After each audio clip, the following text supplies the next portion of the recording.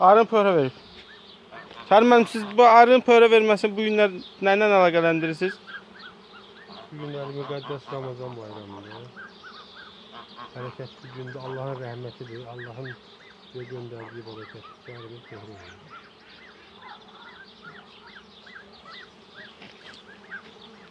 Sizin mi arınız mı ya bu kənardan gəlmə mi? Haşa, bizim adımızdır bu. Ben nereden tanıyorum? Nədə bənizən?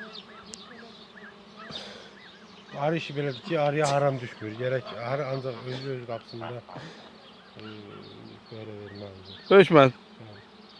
Bu deyimdə bu 23 nömrəli göy yeşiyin arıdır. Haydi adam.